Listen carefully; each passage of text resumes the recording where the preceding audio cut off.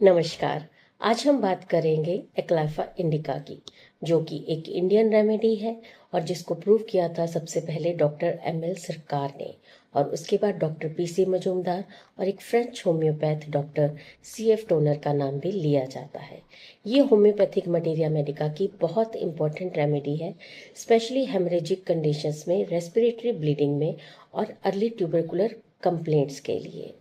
इस मेडिसिन को Indian natal के नाम से भी जाना जाता है और ये यूफोबेसी फैमिली से बिलोंग करती है।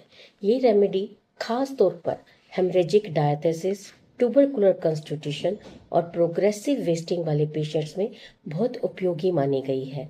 इसका सबसे गहरा प्रभाव लंग्स, रेस्पिरेटरी ट्रैक्ट और एलिमेंट्री कैनाल पर देखा जाता है। इसका सबसे फेमस कीनोट है हिमोटाइसिस, यानी खांसी के साथ खून का आना। पेशेंट को हार्ड, ड्राई, वायलेंट और रैकिंग कफ होती है, जो धीरे धीरे ब्लडी एक्सपेक्टोरेशन में बदल जाती है।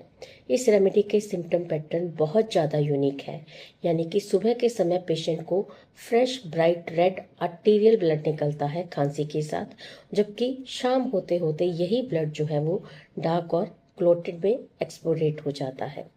कफ रात के समय बहुत ज़्यादा वायलेंट हो जाती है और पेशेंट को इससे काफ़ी डिस्ट्रेस होता है।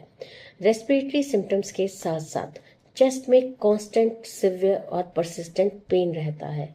चेस्ट परकशन के समय डलनेस मिल सकती है। कई पेशेंट्स में प्रोग्रेसिव एमेसिएशन, यानी धीरे धीरे शरीर का कमज़ोर और बहुत पतला हो जाना देखा जाता है। इसके साथ नाइट स्वेट्स और इवनिंग राइज ऑफ टेम्परेचर भी मिल सकता है। एक इंटरेस्टिंग ऑब्जर्वेशन ये है कि कभी कभी सिग्निफिकेंट ब्लडी एक्सपोर्टेशन और आर्टीरियल हेमरेज होने के बावजूद मार्क्ड फेब्राइल डिस्टर्बेंस जो है वो एब्सेंट हो सकती है। डाइजेस्टिव सिस्टम पर भी एक्लाइफा इंडिका का एक्शन बहुत प्रोमिनेंट है। पेशेंट को स्टमक में हैवीनेस या वेट का सेंसेशन महसूस होता है। फेरेंक्स, इसोफेगस, स्टमक और इंटेस्टाइन्स में बर्निंग सेंसेशन रह सकती है। एक्सेसिव फ्लैचुलेंस और स्प्लटिंग डायरिया और इसका करेक्टरिस्टिक सिम्टम है, जहां स्टूल के साथ forcible expulsion of loud noisy flatus होता है। ये एक्लाइफा इंडिका का एक और मार्क्ड सिम्टम है। एब्डोमेन में griping pain, bearing down sensation and tenesmus present रह सकता है। रेक्टम पर भी इसका एक्शन देखा जाता है, जहां रेक्टल हेमरेज हो सकती है, जो अधिकतर मॉर्निंग में एग्रावेट करती है।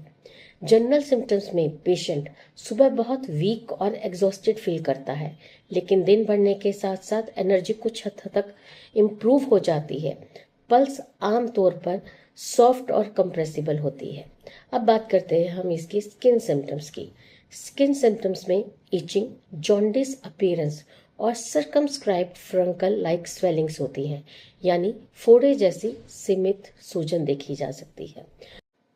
मोडेलिटीज़ की बात करें तो सिम्टम्स आमतौर पर मॉर्निंग और नाइट में बहुत बढ़ जाते हैं, जबकि ओपन एयर और डे टाइम में इसको थोड़ा रिलीफ मिल सकता है। क्लिनिकल प्रैक्टिस में एक्लाइफा इंडिका को हिमोटाइसिस, ब्रोंकेटिस, क्रॉनिक कफ, इंसिपिडेंटिसिस, haemorrhagic conditions, diarrhoea, flatulence, rectal bleeding और जॉन्डिस जैसी कंडीशंस में कंसीडर किया जाता है, जब इसका करेक्टरिस्टिक सिम्टम प्रेजेंट हो, जैसा कि हमने अभी बात करी है। अब एक छोटा सा की नोट मैं आपको बताती हूँ इस मेडिसिन को इजीली याद रखने के लिए।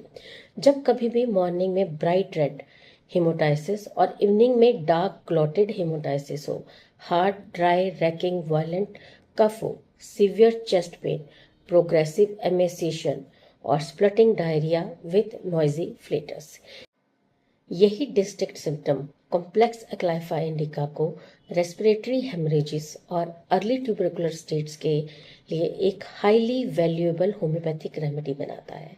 तो ये था एक्लाइफा इंडिका का एक शॉर्ट डिस्क्रिप्शन।